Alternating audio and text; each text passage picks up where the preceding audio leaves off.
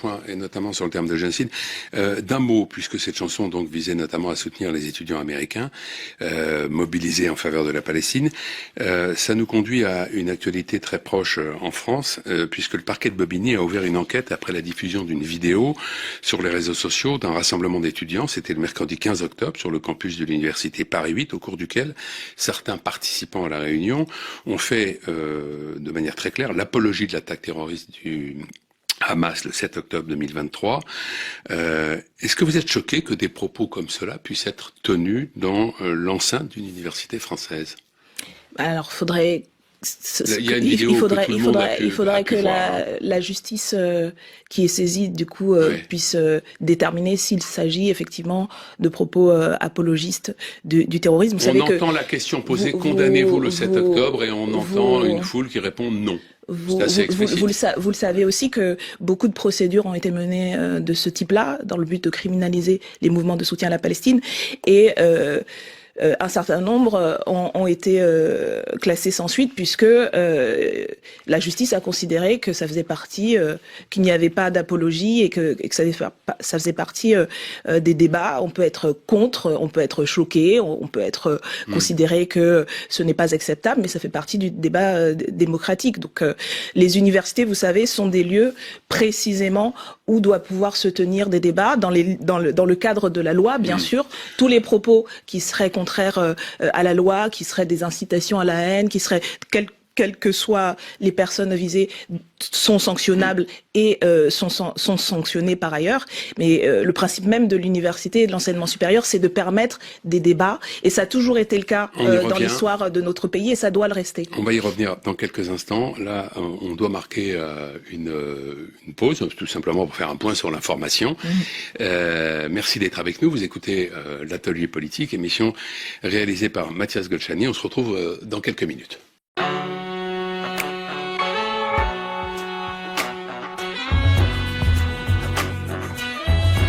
L'Atelier politique avec Frédéric Rivière.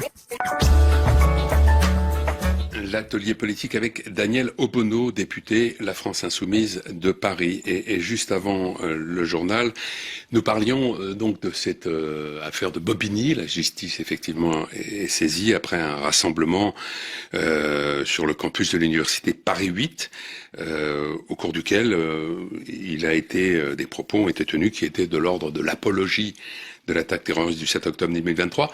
Vous défendiez la liberté d'expression avant le journal. Est-ce que vous diriez que ne pas condamner l'attaque du 7 octobre, ça n'est pas la soutenir? Non, je pense que c'est là une interprétation. Nous avons. Non, moi je été vous très demande clairs. si dire qu'on ne condamne pas, ça n'est pas nécessairement soutenir, dans votre esprit. Oui, mais comme je le dis, il y a des points de vue qui sont très différents et qui peuvent être contestés, et doivent être discutés et y compris dénoncés quand on n'est pas d'accord. Et ça fait partie, du débat politique.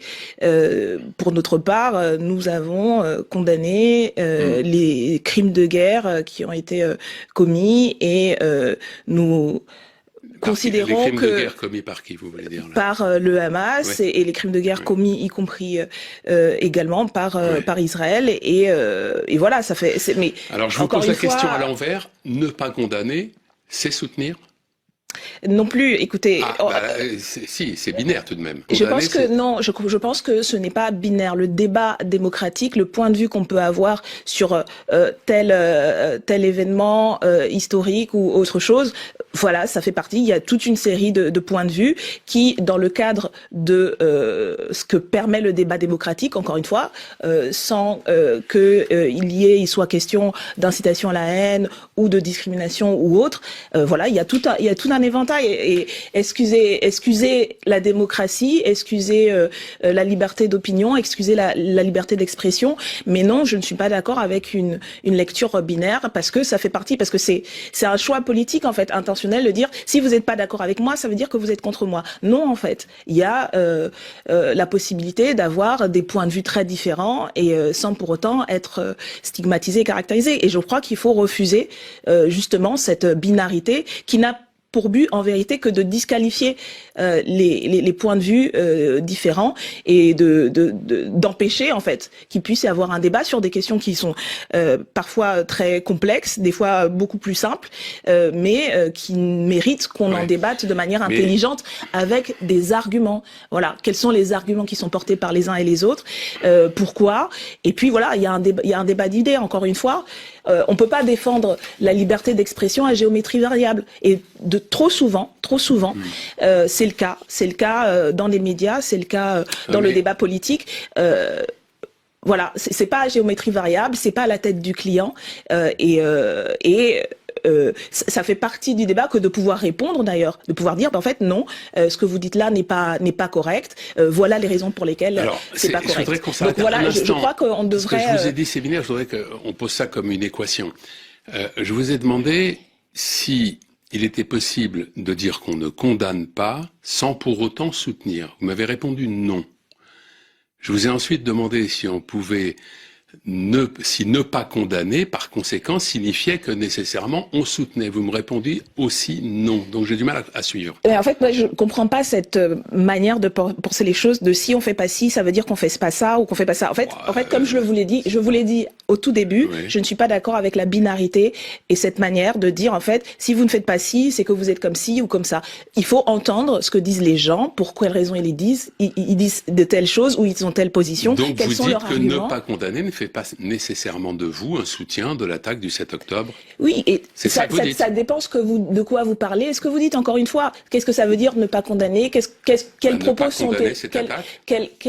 sont tenus? Pour quelles raisons ils sont tenus? Non, là, moi, je ne suis pas d'accord. La question était, est-ce que vous condamnez? La réponse du public est non. D'accord. Nous ne condamnons pas l'attaque du Hamas le 7 octobre. Donc, y a-t-il eu un débat? Quels sont les propos qui ont été tenus avant ou après? La justice en décidera. Vous êtes d'accord? Donc, la justice décidera s'il y a eu ou pas apologie de terrorisme, par qui, pourquoi, qu'est-ce qui a été dit avant, qu'est-ce qui a été rétorqué après. Essayons d'avoir un peu d'intelligence et il faut sortir justement de cette binarité qui consiste à dire si vous ne dites pas les choses comme je veux qu'elles soient dites, si vous ne cochez pas la bonne case, ça veut dire que votre personne ou vos propos est disqualifié. Je ne suis pas d'accord avec ça. Encore une fois, on est encore, j'espère, dans un pays où on peut avoir des débats, où y compris il peut y avoir des positions qu'on peut trouver fausses, mauvaises, choquantes, etc., mais qui font partie du débat et il faut y répondre politiquement. Il faut apporter des arguments, il faut convaincre de ce qu'on pense et ce qu'on dit, et puis voilà, c'est tout. Et il faut arrêter de criminaliser des propos simplement parce qu'on n'est pas d'accord ou parce qu'on refuse d'entendre des arguments qui sont contraires à ce qu'on pense. Ce n'est pas ma conception du débat et je ne suis pas d'accord avec cette binarité. Maintenant, si des propos illégaux ont été tenus, des propos délictuels ont été tenus, la justice le déterminera. Mais encore une fois, je crois que cette instrumentalisation nuit beaucoup, y compris au fond du sujet, parce qu'en définitive, de quoi il s'agit aujourd'hui, ici et maintenant, c'est ce qui se passe en Palestine et à Gaza, c'est le génocide, c'est les crimes de guerre, les crimes contre l'humanité qui ont été commis, et c'est de ça qu'on ne devrait pas parler en fait. Et c'est ça le fond du sujet. Comment on fait pour que cessent les massacres, les morts? Comment on fait pour que le 7 octobre ne se reproduise pas et pour que tous les 7 octobre qui se sont produits depuis 2 ans ne se reproduisent pas? C'est de ça qu'il s'agit, plutôt que de parler et de faire des stigmatisations et il faut qu'on se garde un peu de temps parce que je voudrais qu'on parle quand même un peu de l'actualité française, qui n'est pas mince. Mais à ce propos, la France insoumise n'a pas salué et s'est même montrée plutôt critique à l'égard de l'accord obtenu par Donald Trump pour mettre un terme au conflit à Gaza. Est-ce que l'arrêt des bombardements n'était pas votre priorité? Oui, nous sommes favorables au cessez-le-feu et nous l'avons exprimé d'ailleurs. Nous avons exprimé. Il a été très critiqué cet accord, notamment par Rima Hassan. Mais nous, c'est pas notamment par Rima Hassan. Si vous avez lu notre communiqué sur le sujet, nous exprimons notre soulagement à la fin de cessez-le-feu. Et oui, il y a des raisons de critiquer cet accord. Mais il y a aussi des raisons de s'en réjouir. Et nous nous sommes exprimés en expliquant que c'était un soulagement que les massacres s'arrêtent.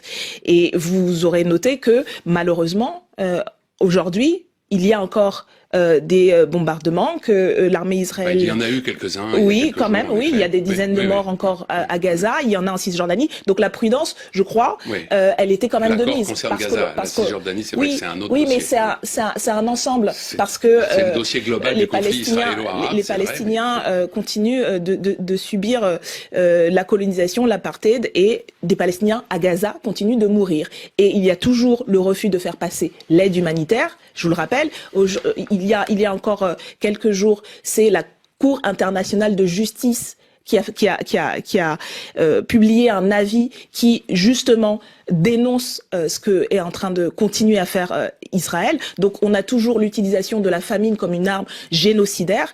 Donc oui, je crois que malheureusement les dernières semaines ont montré que il était de mise d'être prudent et d'être exigeant. Quant au plan dont vous parlez, oui, il y a beaucoup de critiques qui sont faites vis-à-vis de ce plan parce que notamment il y a une mainmise, et je crois que ça a été dit et dénoncé pas que par nous, le choix de Donald Trump de s'auto-désigner comme supposé garant d'essayer de faire de la bande de Gaza un espèce de projet immobilier, etc. Ça c'est autre chose, c'était la Riviera. Oui, mais ça fait partie. Il n'en est pas question dans l'accord. Mais... Ça fait partie du fait qu'un consortium avec quelqu'un comme Tony Blair à la tête, un homme dont l'illégitimité qui a été accusé de participer au crime de guerre pendant la guerre en Irak, qui a entraîné son pays dans cette guerre-là et qui est complètement disqualifié. Bah écoutez, oui, il y a des raisons d'être critique de ce plan, qui n'est pas un plan de paix de mon point de vue, qui est un plan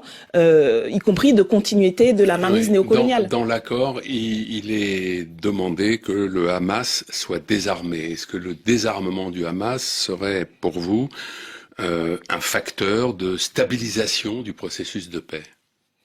J'imagine que à terme, il est normal qu'un État souverain palestinien ait une armée en tant que telle. Donc à terme, il faudrait que... on ne parle pas de l'État palestinien souverain, on parle du Hamas.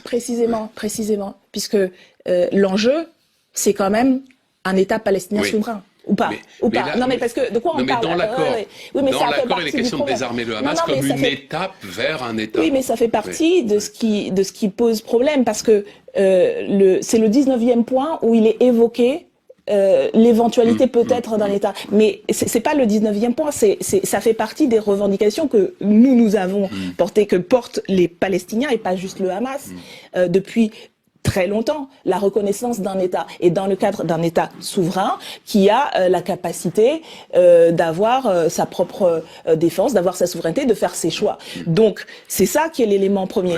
Et si ça, ce n'est pas garanti, le désarmement du Hamas, moi je ne crois pas qu'il aura lieu, parce que et que ce soit le Hamas ou d'autres factions palestiniennes d'ailleurs, parce que si les populations palestiniennes continuent à être soumises à un régime néocolonial, d'apartheid, à l'encerclement malgré tout de la bande de Gaza par les forces militaires israéliennes, vous n'obtiendrez pas, quoi que vous fassiez, que les Palestiniens se désarment. Mais si les conditions ne sont pas réunies... Mais est-ce que ça serait une bonne chose que le Hamas soit désarmé?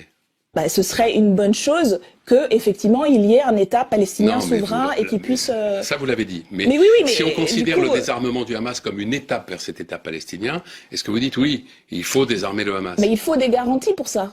Il faut des garanties que, effectivement, il y aura un État palestinien, parce que le problème, c'est qu'il n'y a pas ces garanties-là. Donc, en fait, vous pouvez appeler à désarmer le Hamas. Moi, je préférerais que, effectivement, il n'y ait pas des groupes armés en Palestine qui puissent, à Gaza ou ailleurs, faire leur propre loi, etc. Tout le monde préférerait ça. Mais en fait, qu'est-ce que vous donnez comme garantie aujourd'hui aux Palestiniens? D'abord qu'ils vont arrêter de mourir sous les bombes, ce n'est toujours pas le cas. Quelle garantie ont-ils que l'aide va enfin arriver?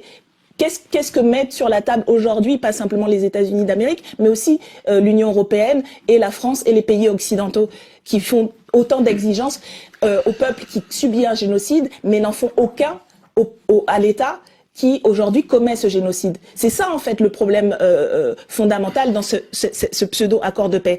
Quelles sont aujourd'hui les contraintes qui sont demandées à Israël? Il y a quelques jours, le Parlement israélien a voté la colonisation de la Cisjordanie, les plans de colonisation de la Cisjordanie. Donc vous voyez bien qu'il y a quelque chose